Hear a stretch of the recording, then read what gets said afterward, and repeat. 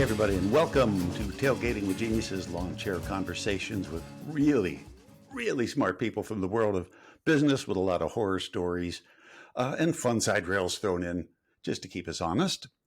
We're glad you could be here. Thanks for joining.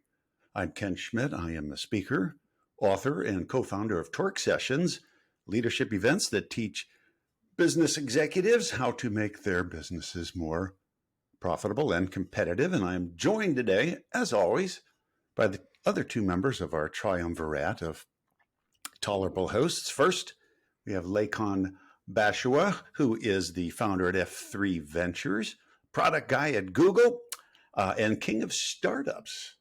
Lekan, thanks for joining us. And hey, we're glad you're back from your trip, man. I've been under a rock for a little while, but ready to rock. Ready to rock from out from under the rock. And the other guy, and if you're watching on video, he's the guy that has the hairy chin, is my co-founder at Torque Sessions and president of Pencil Box Communications out of Atlanta, Georgia, where it's always cool and breezy in June. He's Martin Flaherty. Martin, what do you say, amigo? Hey, Ken. Hi, Lekan. How are you? We've got an amazing show coming up for you. We've got a tremendous guest that we're really excited to have with us. And in fact, Martin, why don't you give us a little teaser on who's going to be joining us? So we're going to be joined by Amanda Schneider, founder and president of ThinkLab, which is a research firm now owned by Sandow Media. I've known Amanda for years. I've known her work for years as well. Not only is this just a perspective on an industry work, but Amanda talks about generational divide and almost a rethinking of how we need to be looking at a lot of the issues that we think we understand related to work, the office, products, and all of that, and then has a macro view of that really had me fascinated. And I'm really excited about diving into that with her, but also, Ken, with AI. And I hate to grab this mic, but I am laughing my ass off because I just have to tell the story because we've literally, this is the most Rift episode we've ever done from a whole series of Rift episodes because one, Mr. Bashua this morning literally threw an AI bomb at the two of us that had me just take what we had planned on doing, which was this work from home, sort of this weird set of conflict that's arising. Amazon workers are walking out in support of the idea of work from home.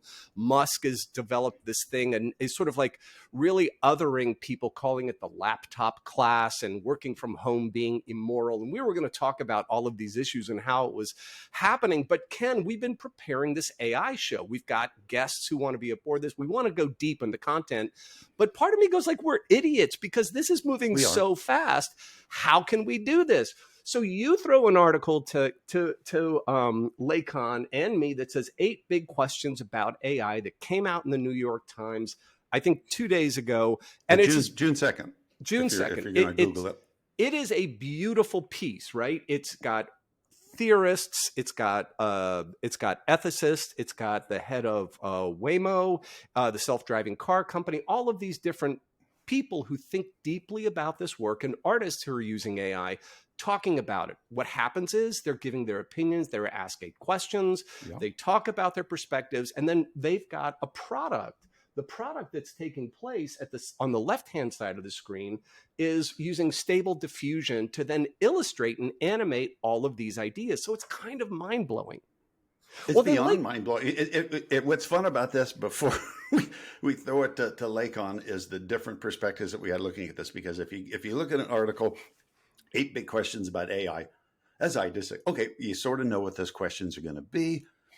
Where's the opportunity here? What keeps you up at night? What should we be worried about? Is this going to replace workers, et cetera, et cetera? And what fascinated me about it was the way this information was being presented. Because to Martin's point, rather than being a traditional, print type presentation where a bunch of words on a page or words scrolling on a screen, you had the voices of the respondents who are, stating their opinions about this stuff. But as you're listening to what they're saying and reading along, you're getting this AI generated, very, very creative, very colorful imagery coming with it. And all I could think is, I'm looking at the future of media. This is how we're going to get our news and information. It's so cool to look at. So here was my thing. I see this thing and I saw Ken's point, which was read this article mainly because I think we're seeing a new type of media, right? And I thought, great, I want to see it. Except I wasn't about to pay for the paywall. I went to three different accounts of mine, and each one Sorry. said, you've used all your free articles already. So I'm like, well, heck, what do I do? ChatGPT. They've got a browser plugin now. So I put it in there and I say, summarize this article for me. Simple prompt, instant. I see it do its thing, it reads, and then I get back something. I'm like, too busy. I'm prepping for my morning routine. What can I do now? So I hit Play HT and I tell Play HT, go ahead and read this text to audio for me, and press play when it's done. And I'm listening to the summary in the background. And then I sent that to you all to say, how good was this summary? Because I wanted to know, what did I miss? And it sounds like I missed some context. So that's probably the interesting part of this conversation for us to have. So you took something that was already presented that was AI generated, spun that through another AI filter, and came up with an audio text of recap of the article. And that probably took, I'm just guessing, what, seconds, a couple of minutes for all of that to happen? A minute and a half. Yeah, and Lekan, my takeaway of just like being incredibly happy to know you and work with you, but I was laughing my ass off because two things had happened. This thing that I had immersed myself in, and again, as an old fart, I'm just sitting around here and I'll dive into these old bits of media and all of those sort of things. And I love tech and I am an early adopter on all this stuff, but I just had engaged in the experience. You had completely reframed it, built it.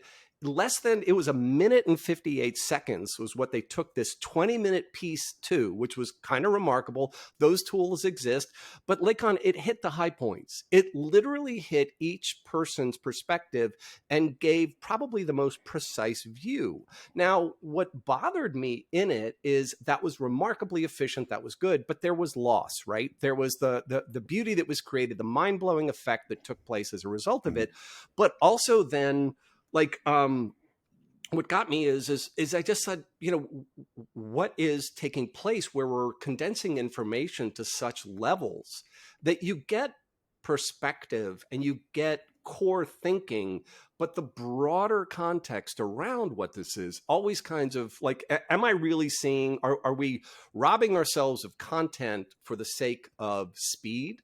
Or, is this just something to embrace and move forward? I was really fascinated by how you did that. And I think, Ken, from a practical application, you and I get asked these questions. There's an example of what to do with this tool. I think I would love to take something like and do what you did. I would like to take a movie like Pulp Fiction, like 3 hours of rapidly spinning plots and subplots, feed that through what ChatGPT or whatever you fed that through, and get a oral summary of what that movie is, because I'm guessing you're going to be able to do this with everything. So here's the interesting part that's good to understand. So the process today is converting that audio to text, having a transcript of that text, and then processing, right?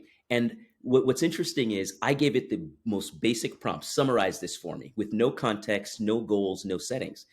If I had more time and was interested in a different type of outcome, I could have said, summarize this for the purpose of X. Summarize this from the perspective of Y.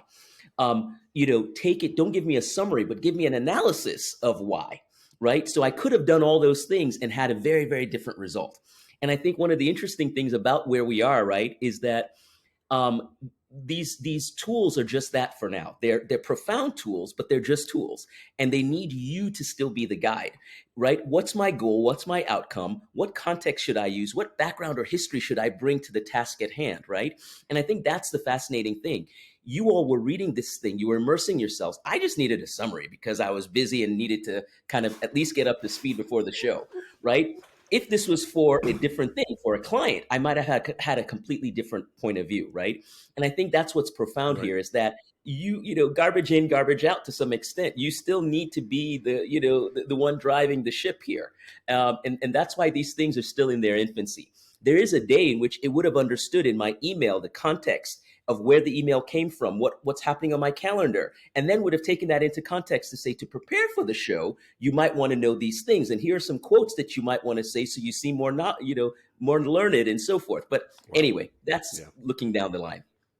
Well, all I can tell you is like when we've talked about applications of this tool, and we told I've shared a horror story where I tried to use it and the answers came out really poor, but it was helpful from a standpoint. And I'm using it as sort of a research tool right now in something I'm writing. But Ken, we've been asking like, what could you do with it? And here this morning, we had one show completely set up, and then we talk about the rate of change. We talk about the pace and how AI will disrupt everything we're doing. And lo and behold, literally this guy, one of your tolerable hosts, comes up and applies it and takes our 20 minutes collectively of sitting through this, thinking about it, and nuggetizes the entire thing. Anytime I watch YouTube now, every time in my browser, I have plugins now that every YouTube video I watch, there's a transcript being taken and a summary being created for every YouTube video. So now, as soon as I start a video, if it doesn't seem interesting or doesn't seem like something I want to sit through, I simply send the summary to my Pocket, which is another tool, and then I just listen to it. Essentially, I make podcasts on the fly for myself that I listen to later through all kinds of content that I'm pulling from various sources. And my time is maximized because basically I'm listening to this stuff while I'm doing other things. But I can't wait till we talk about what's got my attention, because I'm going to come back to these with two different AI tools that will kind of come back to this topic we're talking about. I've always said there are three ways to think about this stuff: now, near, and far, right? In the now, these things are useful. In the near, I think they are, what's the word I'm using? Indispensable. And then I think in the far, they are profound, right? And I think if you think of them that way, now, useful, indispensable, profound, it's a great filter. Is this the time when I can announce it for people who are watching this on YouTube that it's not really me they're seeing? It's a AI generated version of the best of me? Ken, I've been dreaming of that. It's still a faulty system and hasn't quite delivered on the best yet. But a great thing happening is right now. Let's pivot and talk to Amanda Schneider, who is joining us today. Amanda is the founder and president of ThinkLab. As I mentioned earlier, that's now part of Sandow Media Group. And Amanda is someone I've known for a while. I've respected work. Briefly, I spent a little bit of time in the same room with her as work was being done for a mutual client. So I have a little bit of bias on the value of the work. But Amanda's great. She has some really dramatic and interesting perspectives on things. And so I'll let her get started. But first, thanks, Amanda. Thanks for joining and welcome to the show. Thanks so much. Thanks for having me. So, Amanda, I think one of the things that really drew my attention to inviting you to be a part of this was really the four of us on this podcast. Kenton has spoken and consulted to the world of architecture and design that you and I work in primarily. Lekan had been at Steelcase, has been heavily involved in this industry. But one of the things that really gets me is that there is this big struggle that is taking place around this issue of work. And yet you wake up every single day working with product manufacturers, with end users of the product, corporations, thinking about all of this and trying to contextually put it in research-based material and then extrapolating from that to give them information they could use. It's a lot there, but could you just give an oversight with all that's taken place? What are the big things that you've been seeing, and what are the big gaps that people are not thinking about that they probably should be? Absolutely. I want to start by saying, first of all, you all put a lot of pressure on your guests here because you all only have to be tolerable, but I'm supposed to be brilliant. So buckle up. Here we go. So just a little more background on what I do. So I run the research division of Sandow Design Group. So our job is to research the world of design and the ecosystem that surrounds. So as Martin said, that really involves everything from, end users, what's happening in the world of work, which tends to be one of the largest segments, to benchmarking designers, to really almost acting like a consumer arm. We all know what consumer research is. But we do that on behalf of architects and designers that on average have 26 times the recommendation power as the average American consumer. And if you get into the interior design giants of design, which many are familiar with our sister brand Interior Design, it's like the Fortune 500, only there's 200 and they're interiors firms. We do all that research behind that. And those folks have about 111 times the recommendation power as the average American consumer. So what I do really kind of harnesses the power of all of this collective intelligence with this unbelievable buying power to really say what are the main issues that are happening. So as you can imagine, kind of this work from home issue is just huge. And it's really almost, to me, creating this debate that is so polarizing. It is almost on par with Democrats and Republicans. And do you love Trump or do you love Biden? Like, you can't say hybrid without someone getting offended these days. So what I would love to talk about today is kind of the where all of that is today, kind of why that is polarizing, and maybe what we can do about it to kind of try to bring these two sides together and maybe have a more productive discussion about where to go from here. Because the truth is, the answer doesn't lie on the work from home people, and the answer doesn't lie with the back to office people. The truth is somewhere in between. And I would love to have a discussion today that alienates neither of those sides and brings us together in a productive way. Can I just start this, Amanda, by saying this is something that Martin and I talk about a lot. When we're out doing torque sessions and we're in a meeting room somewhere with executive and functional leadership of a business, if you want to have a fun conversation, over lunch or coffee, you bring up, AI or something, because everybody has something to say about that. And it's kind of a fun, energizing thing to talk about. If you want to see people immediately button their lips and want to completely quiet a room, you bring up work from home when there is executive leadership and functional leadership in the room at the same time, because nobody knows what they can comfortably say about it. How do, you doing what you do and what folks at ThinkLab do, how do you bridge that fear and anxiety to have actual practical conversations about this rather than kind of ignoring it like most people are, trying to do? I mean, it's hard, and you can't take the emotion out of these conversations. And, ultimately, we're all triggered by something, and that's usually where the emotion comes from. The commercial real estate industry has been declining, and some of that has been accelerated by the pandemic. So a lot of people have big financial implications. There's a lot of implications when we talk about what will happen to the office that has a direct result on these folks' businesses. So I will say, the best way we can do it is take it back to the people. We all care about people. And if you say you don't care about people, it makes you look like an asshole. So all we have to do is take it back to the people, and especially those in the design community are all super passionate about them. And I think that's a way we can start to kind of diffuse it and bring it to common ground.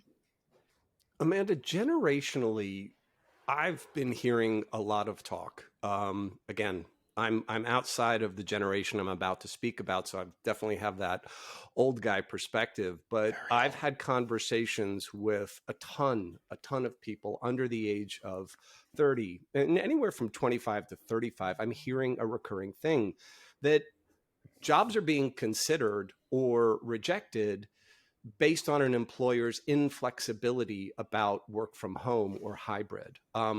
Literally, I know two people who have said, I will not work with an organization that doesn't allow this. They've been very great jobs. They've been great offers, but they won't do it. And yet there is that gap. There is that generational gap where guys who look like me are saying, no, you've got to be in the office. With the research you're doing, how prevalent is that shift generationally about what work is and how we should be present or independent to do our work? So I'm glad that you asked that. So our latest body of research is all around Gen Z. And one of the interesting things about the way that we did that research is, I think when you say generational research, people start to kind of squirm in their chair as well because of what we did to the millennials, right? When we talked about millennials, we really stereotyped them. Millennials want this, and it kind of created this backlash. Like, I remember sitting in a presentation next to a coworker who happened to be a boomer, where an expert was on stage about millennials. And every time the expert said, millennials want this, he would lean over and whisper in my ear, well, I want that too. And so, I think that we can't do that. So our generational research, we say, is all about generations as prototypes, not stereotypes. And what we mean by that is really looking at generations and can we see clear data lines by their preferences, especially as we look at this physical versus digital, or, work from home versus work in an office, or how do you build relationships with physical tools and digital tools and some combination of the above.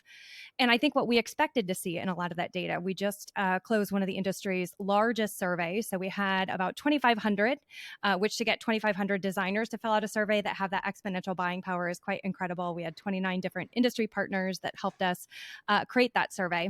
We expected to see a lot of these trend lines like this, a lot of data that said as these generations get older, they want, or get younger, they want more digitization, less human interaction. We expected to see these clear trend lines. And what, in fact, we saw many times in the data was what we called this boomerang effect, which was the data kind of peaked with millennials wanting kind of that most digital experience. And there's a great article out there that is titled The Boomerification of Gen Z.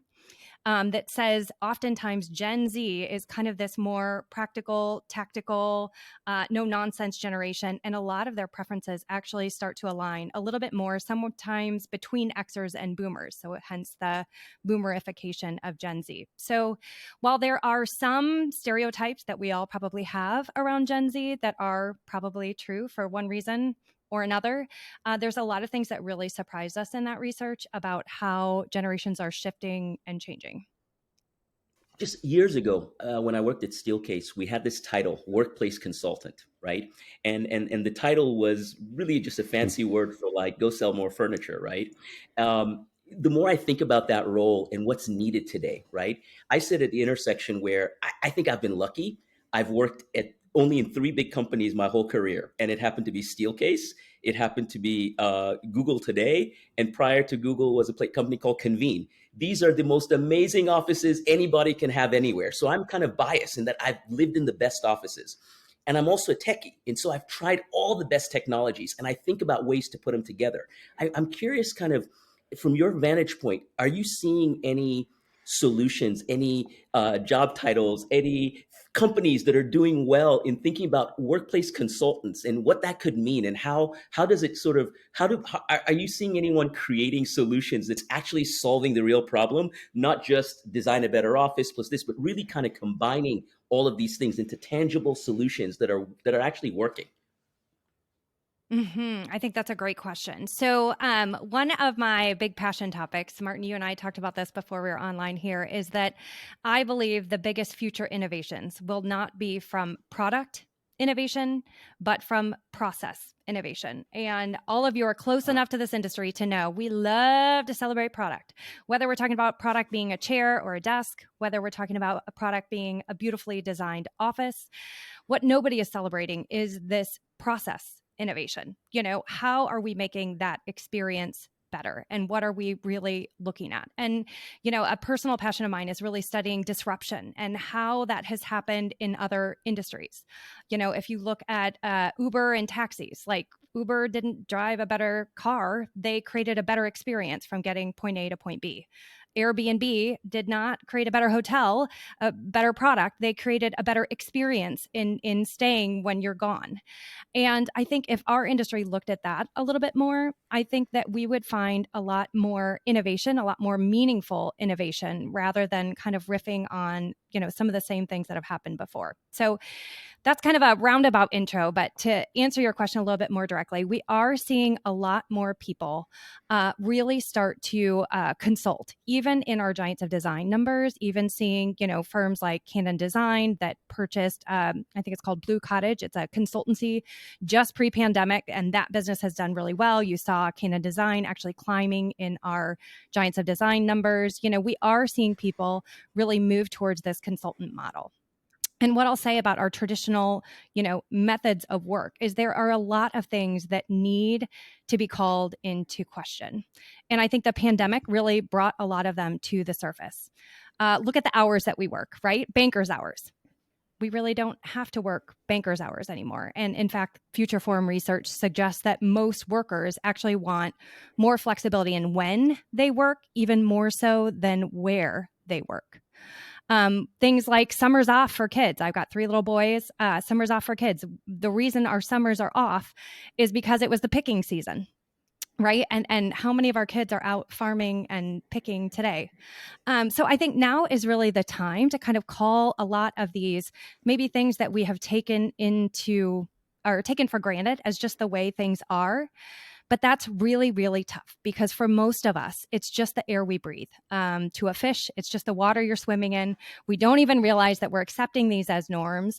And so one of my favorite books that's come out recently is actually Adam Grant's book, Think Again. I love that you incorporated Think Again. You didn't even know this, Martin, in my little intro that you gave. But his book, Think Again, is really fascinating to me because what he suggests in that book is at the pace of change today, we maybe used to be able to outthink, work harder, work more than our competitors, but actually those that are going to get ahead in this next era are going to be those that can rethink and unlearn some of these social norms. So I'll wrap this by saying, as we apply that to the workplace, I think that this consulting model is needed. We've had hundreds of years to kind of create these social norms in a physical workplace. We had 3 years of utter awkwardness to try and recreate things in a digital realm that we're used to doing in an office.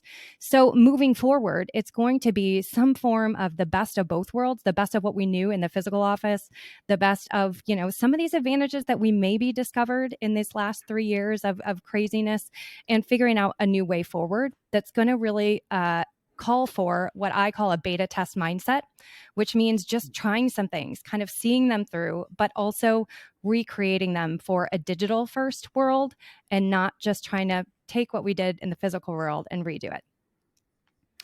So Amanda, before we're going to wrap this up, before we do, I want to ask you one last question. I'd like to see would you be willing to stick around and just join us in the What's Got Your Attention section of the show? Great. One of the advantages we've got is a lot of the folks who listen to us are executive leadership at companies. Some companies we all know, some companies that are out in the fringe, and we're fortunate we've got an interesting collection of people overseas who listen to us as well. The thing I want to ask you is, so you're the Queen of France and you have a magic wand, right? So you can start telling executive leadership to do something based on all of the research you do, based on the experience, based on what you're studying.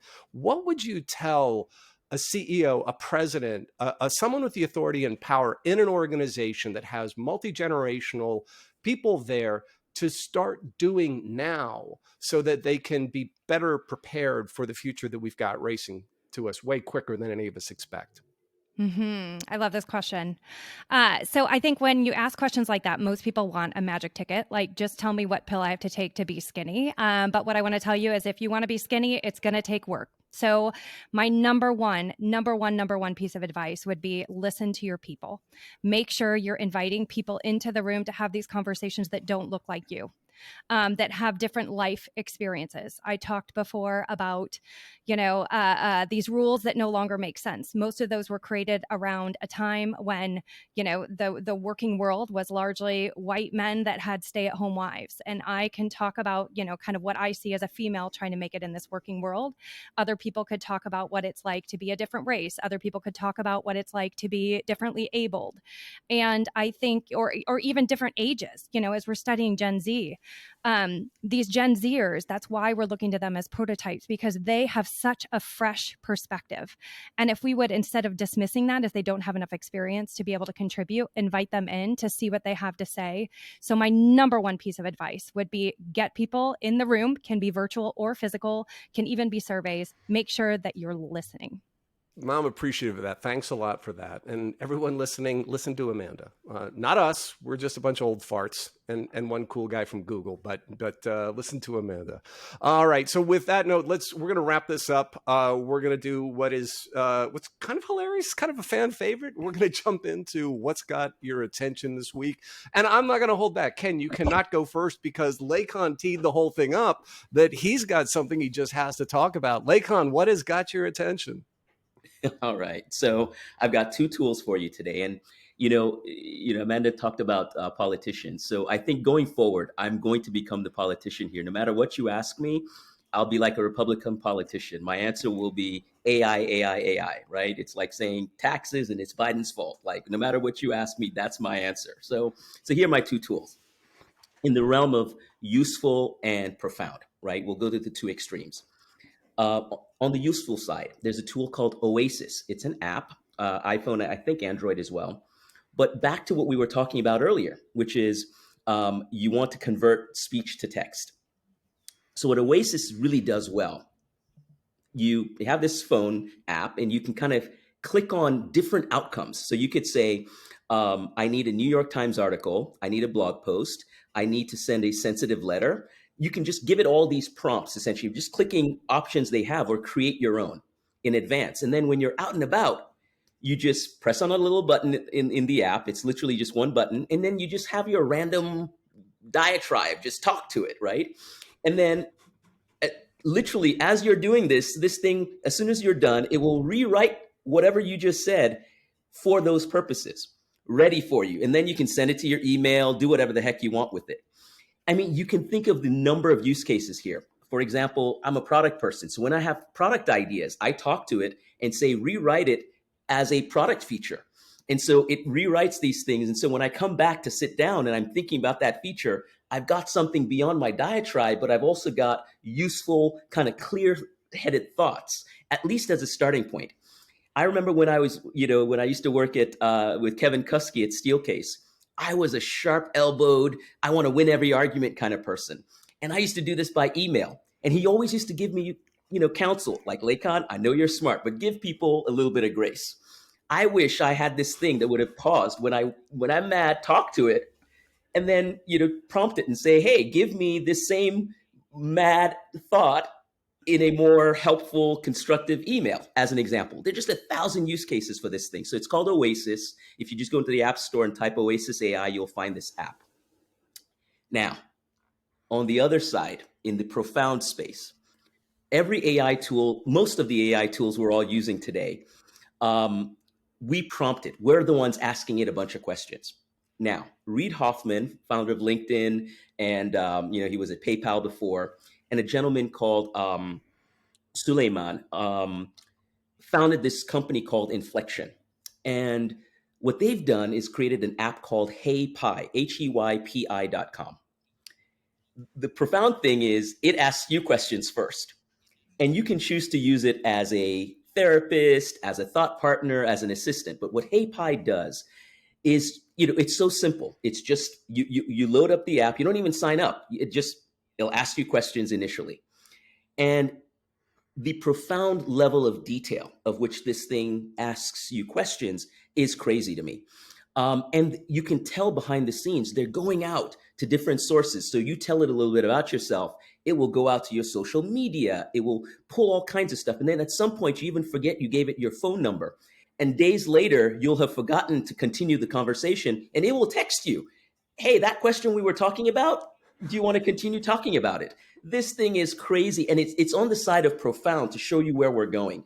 And so I would just urge folks to try Oasis and try HeyPi, because this stuff is crazy, and it's a good place to get in and learn. So those are my two tips for today.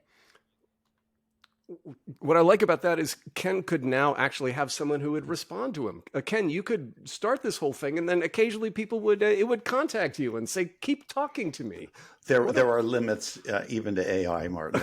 It would ignore me as much as you do. All right. On that note, let's shift over to Amanda. Amanda, what got your attention? Sure. So mine are not app-based, but I want to talk about a TED Talk that has really been fascinating me that I've been passing to a lot of folks. It's by a woman named Hannah Grady Williams, and she is a self-proclaimed Gen Z advisor to CEOs. She wrote the book, Leader's Guide to Unlocking Gen Z, and I would highly, highly, highly encourage you to watch her TED Talk. Basically, what she suggests is that everyone is either analog natives, which is basically people 35 and up, or digital natives, which is basically about 30 years old and below, with a few gray areas in between. And one of the things that's just fascinating me as I kind of get into her research and some of the things that she's doing is that we are at a tipping point. where I believe more decision makers by 2025, we're going to hit that tipping point where more decision makers will come from that digital native world than the analog native world. And that's going to fundamentally change everything from how we market, how we sell, how we behave in the workplace, even some of the questions that you've kind of thrown at me today. And it all ties into a lot of the stuff that we've been talking about, even in the first segment when you were talking about AI. So one of the innovations that she is running right now is she just launched the GPT World Cup or something like that. I might be calling it the wrong name, where she is encouraging Gen Zers that are as young as 14 to join her in creating businesses this summer. And there is prize money available to these young Gen Zers that are entering this competition to create functional, operational businesses using ChatGPT. So I have joined as a member of her parent board. I am one of 30 on a parent board. My 14-year-old son is entering the competition and joining her student board to dive in. So I'm super excited to kind of learn what we learn by jumping in with these folks that really have never known a world without this digitization that most of us, I fall into the category of over 35, are still trying to kind of change and manage ourselves through. Wow. That's the kind of stuff I was doing when I was 14. I was just going to. What?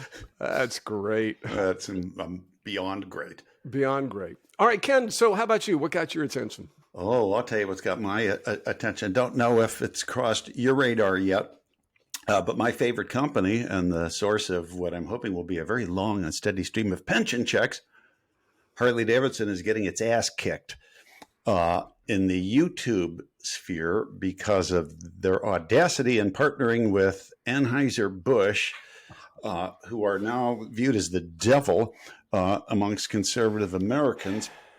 So Harley-Davidson and Anheuser-Busch have teamed up to do a commemorative Harley 120th anniversary beer can. And before people go, oh no, motor vehicles and beer should never be mentioned in the same breath.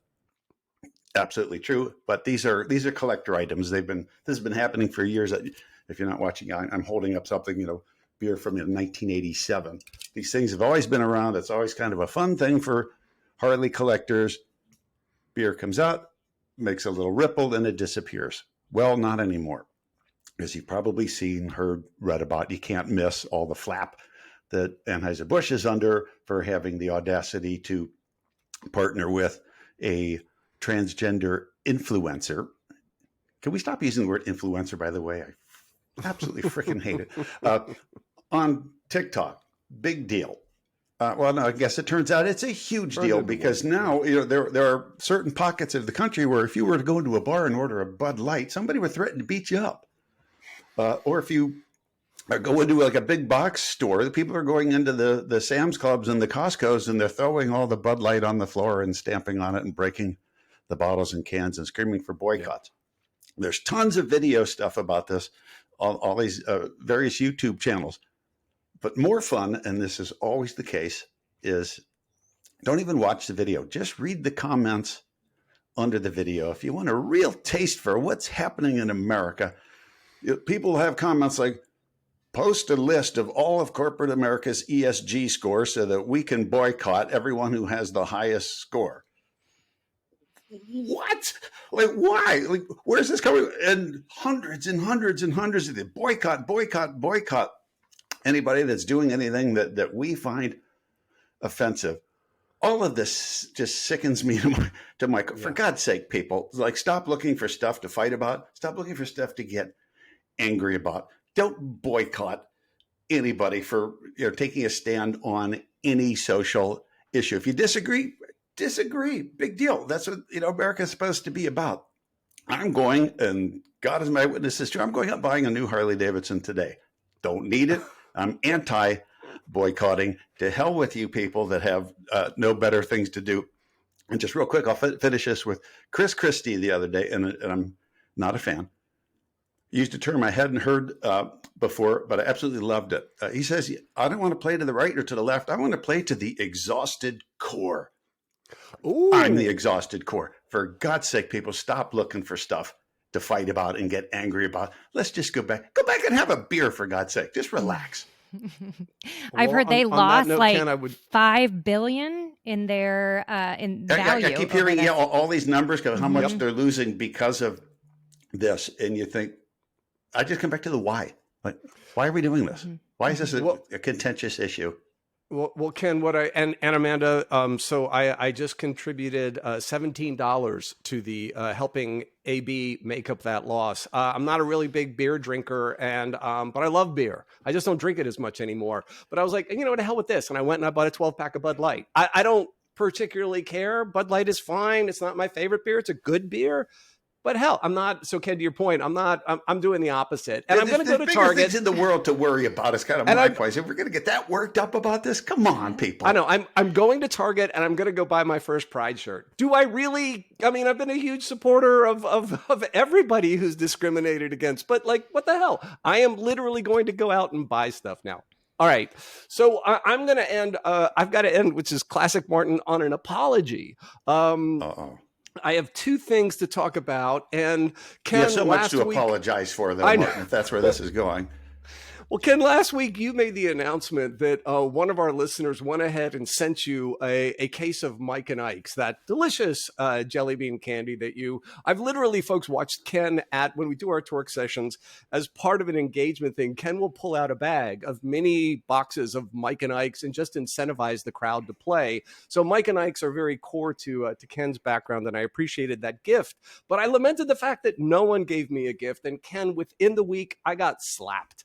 And I got slapped because one of our listeners, Juan Mario, contacted us through social and said, hey, you started out your segment saying you had two things you were going to talk about, but you only talked about one. If you're going to say something, you should do it. And I'm like, God damn it, man. We've got some harsh critics out there. Wow. So Juan Mario and other people out there, and this ties into what we were saying. Certainly it ties into what Amanda does in a strange way. The whole idea of listening, right? Listening is something that almost is a forgotten art. People don't do it. I was in a conversation last night at a bar, and this person just would not engage in any conversation, kept on wanting to talk about their experiences in Chicago, and they wouldn't stop. It was like, okay, you're not listening. And I thought to myself, I remembered what I wanted to speak about because there's a marvelous show on Apple TV. No one has watched it. Most people have gone past it. It's called Calls. It came out when Apple got started. It's a little bit of somewhere between The Twilight Zone and Black Mirror. And what it is it's tiny. It's like each of these episodes are 10 minutes or 15 minutes long. The screen is black or blue. There's no people, no human beings on it. And they're just simply lines, geometric lines. And all this is a series of conversations that happen between people. There's a macro idea that pulls through it, but these lines are beautifully illustrated. And as soon as someone starts speaking, their name shows up on one end of a line or a circle or what have you. And the person they're speaking to is on the other. And the line starts to undulate as it does when you're speaking into a microphone. So literally, you're not watching anything, but these really beautiful graphics, but you have to listen the entire time. And the listening experience of the show Calls pulls you in like a great podcast, an old time radio thing. It just completely hooks you. Pedro Pascal, Rosario Dawson, Nick Jonas, just an incredible collection of voices and actors are a part of this. It just reminded me just the value of listening and the joy just from simply listening to a great story. Is there. So that's the one thing that got my attention. And then AI folks, you guys talking about marvelous, interesting, wonderful things. There's an article in Gizmodo that talks about a recent sort of quasi-scary event about AI that the US military operating with the English military experienced. So they launched a series of drones. Lekan, you're smiling and nodding your head, so you have to have known this thing, or maybe you were a part of it. Who knows? You're a very secretive man. They launched he didn't know that the Brits had an army. They launched a series of these drones, and the drones are given this assignment in an exercise to take out what's called a SAM, a surface-to-air missile silo, right? We're seeing those when we're looking at anything about the Ukraine war. But these are important things that need to either be supported or taken out in a defense or a military situation. And the AI was given the instruction that there is an operator, and that operator has the power to yes or no the strike once the unit is identified. And so The AI, though, has given a priority order, and the priority order was to take out the SAM. And so the drones are launched and the simulation begins to take place. And the AI then shuts down the operator. And the AI shuts down the operator because the AI, realizing its larger purpose is to go ahead and take out the surface-to-air missile silo, having an operator who can then determine whether they should or should not didn't fit within the objective of taking out the silos. So here's an example of Skynet, every single sci-fi horror that I adore, taking over a command of a simulation in a situation in a military simulated scenario and shutting down the human operator to go ahead and fulfill its mission. Sort of amused me and horrified me at the same time. So that's what got my attention this week. And on that note, I want to thank you guys, Lekan, as always. And by the way, the episode needs to be titled Dammit, Lekan, because we had a whole show planned and you threw a bomb. I want to thank Lekan for joining us here, Ken as well, and our guest, Amanda Schneider of ThinkLab. Thank you so much for being a part of this. We really appreciate you being here. Awesome. Thanks so much for having me. And if it's not inappropriate, I'd also love any of your listeners to hop over to my channel, Design Nerds Anonymous, my podcast, if you like some of what we're talking about. We've got a lot of great authors as you talk about the CEOs that are listening to your pod. We're interviewing Hannah, the woman that I mentioned, as well as the authors of How the Future Works, which would be another great read. Some of the folks from the Future Forum that was recently shuttered because of the back to office movement from Slack. The authors of that book are going to be on our podcast this fall as well, starting to launch in September. Nice. I can tell you, I've listened. It is a great show. It's thoroughly enjoyable. Way more professional than us fellas. We should probably try to take a page from Amanda's book. That's not saying much, though. All right, everybody. Thanks so much for joining us. Amanda. As always, thanks so much. Kate Hickson for all of her work with us. Devin Davis for providing the music. And we'll see you all next week. Bye, all. Bye. Bye.